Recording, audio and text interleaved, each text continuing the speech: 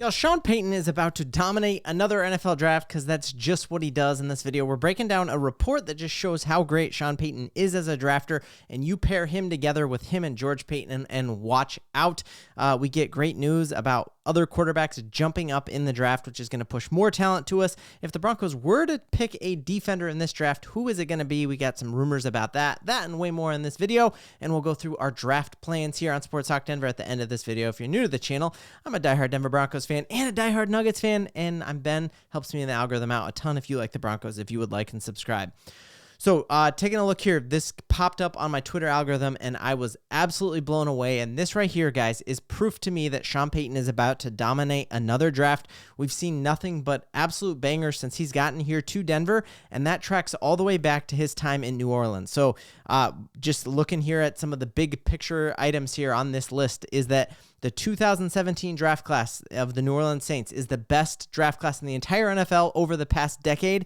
If you take a look, they got Marshawn Lattimore, they got Ryan Ramczyk, who just retired, they got Marcus Williams, didn't necessarily pan out, Alvin Kamara, absolute steal, Alex Anzalone playing for the Lions, still a very prominent player in the league.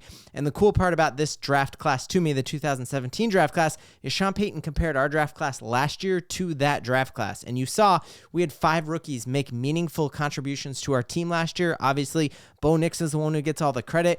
We have a ton of hype going around Troy Franklin and what he could be. Devon Vele coming in and having 8 targets his very first game as a rookie wide receiver, but there are a couple on there that maybe we don't talk about nearly as much as we should. Obviously, Dondre Tillman, not necessarily a draft pick because we were able to get him out of the UFL and he was a unsigned free agent or whatever you call those. But then we got to remember that we were able to get Chris Abrams-Drain. And I just feel like he turned this game. We remember that Justin Herbert was pushing. They looked like they were going to score going into halftime.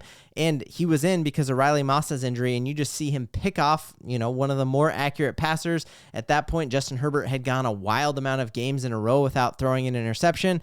And obviously he stood out in the preseason. He didn't actually get that much playing time because we saw such flashes out of Riley Moss and elsewhere that we didn't see him a ton. But I think that is a name that we will definitely remember. And if he takes a step forward with him, Riley Moss, and Patrick Surtain, we could truly have the best secondary in the league for a lot of years to come, which is a fantastic thing.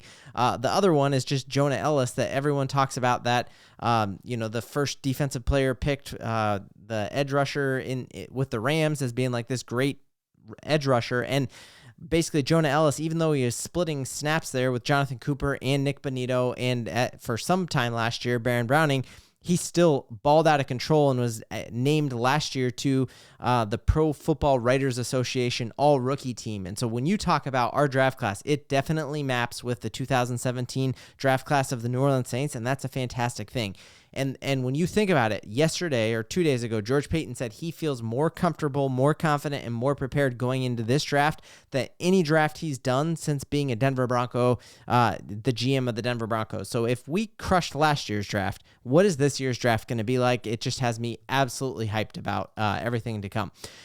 So then there's a ton of talk about, are the Broncos going to use their first overall draft pick on a running back? And there's so much debate about that and who we like. And I think we all are on the same page that it doesn't really matter who we like. If Sean Payton falls in love with somebody, go get him. And so there's a lot of folks saying, well, what if we just trade back and then we get Trayvon Henderson? If Henderson is the guy, the Jahmyr Gibbs type player that Sean Payton needs for this offense, he'll be there at 30. And what we're seeing here is a report from Nick Kendall saying that basically if we wait, we'll probably lose out on him. And that's exactly what we faced with Bo Nix, that a lot of folks who thought we overdrafted Bo Nix said, why don't the Broncos just trade back to 20 and maybe Bo Nix is there?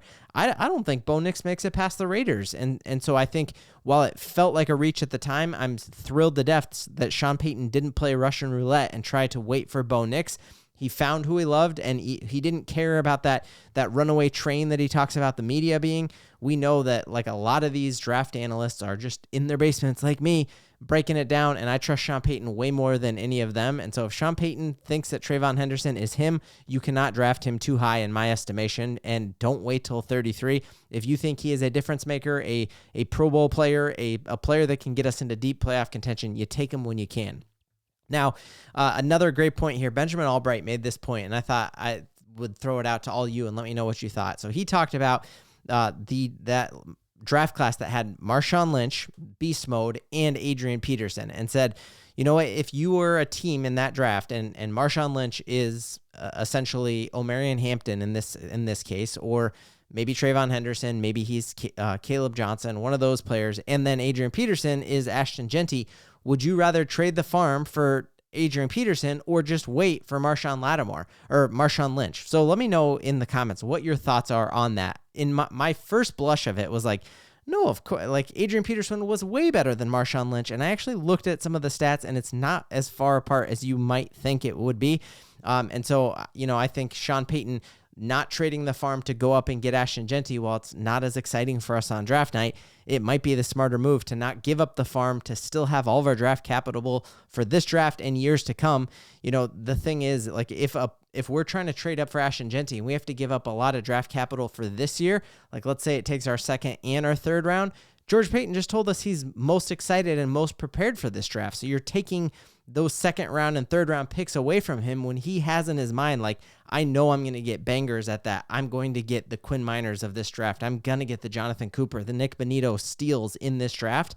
You don't want to take any of those away from George Paton, especially if he's feeling his oats right now. Like, I'm ready to go. You don't want to take any draft capital away from him. So actually kind of agree with Benjamin Albright. Let me know in the comments what you think about that take. Now, when it comes to this, all we've been talking about is Bo Nix needing weapons on the offense and using our first round draft pick for that. And the question comes up like, okay, if we were to get a defender, what defender should we get? What position should we target?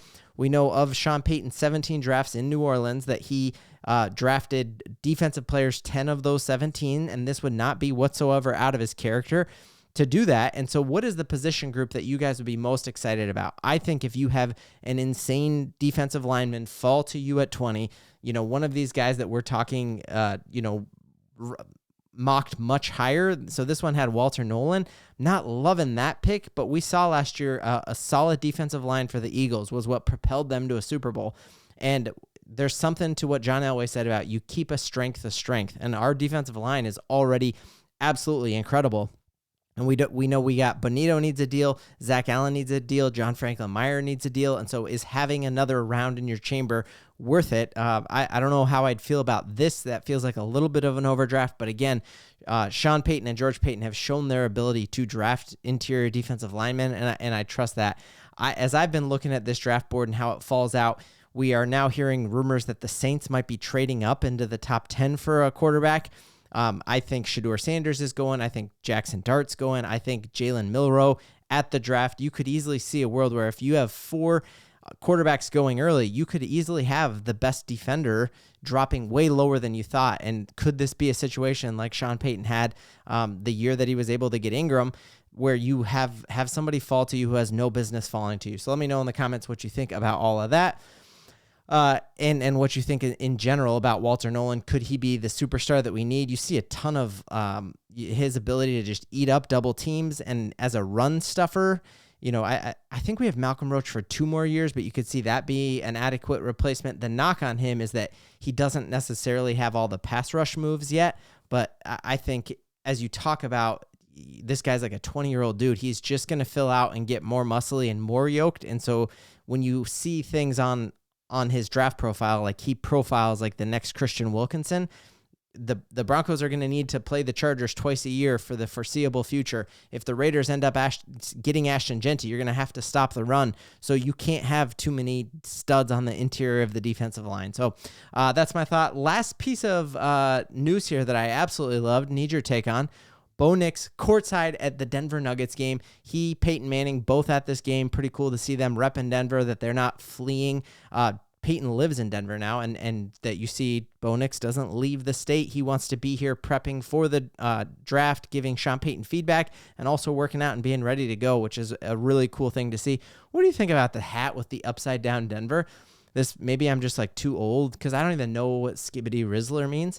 But I'm not sure if I love the upside down like Denver on there. I mean, it looks cool. Bo Nix looks good in anything, but I'm not sure I love that. Let me know in the comments what you think about Bo Nix's hat. And then the last piece of news, I have a TikTok. I didn't even know I had a TikTok. Here's the thing, guys. I don't have a TikTok, but somebody is taking our vids and throwing them on TikTok. So I guess as long as this is building Broncos country, I don't care. But yeah, there's the TikTok. I have nothing to do with this whatsoever. I'm not sure if that's legal, but there it is. Don't follow it. Everybody just went and followed it. Last piece of news here. Draft next week, right? We are so close to the NFL draft, and April 24th is the NFL draft. I had planned, like up until all the news about my wife, to do a live stream on the night of the NFL draft. My wife is having colon cancer surgery on April 23rd. We do not know much whatsoever about that. We know like how long it's going to take, but we've been given a window that it could be a 2 to 4 night stay in the hospital. She's young and healthy, and so that could be she's up and moving and feeling great and saying, get out of here and go back and stay with the kids that night. And if so, I'll get them to bed and I will do a live stream. And then we'll also figure out the staging of her cancer at that point. And so if it's, they cut it out and it's stage 1, I'm going to be flying home as fast as I can, getting a speeding ticket because I'm so hyped and pumped to be with you guys. And if it's worse news, I probably won't be in the type of mood to do a live stream, but I will keep us up to date as much as I can about what is going on in the Denver Broncos draft. And obviously my first priority is to my wife. But I have great thoughts and, great hope in things to come, and have just appreciated all your thoughts and prayers for my family and my lovely wife, Sarah. In Broncos country, we got a ton to Bo-LIEVE. Woo! That's a good sign. Let's go.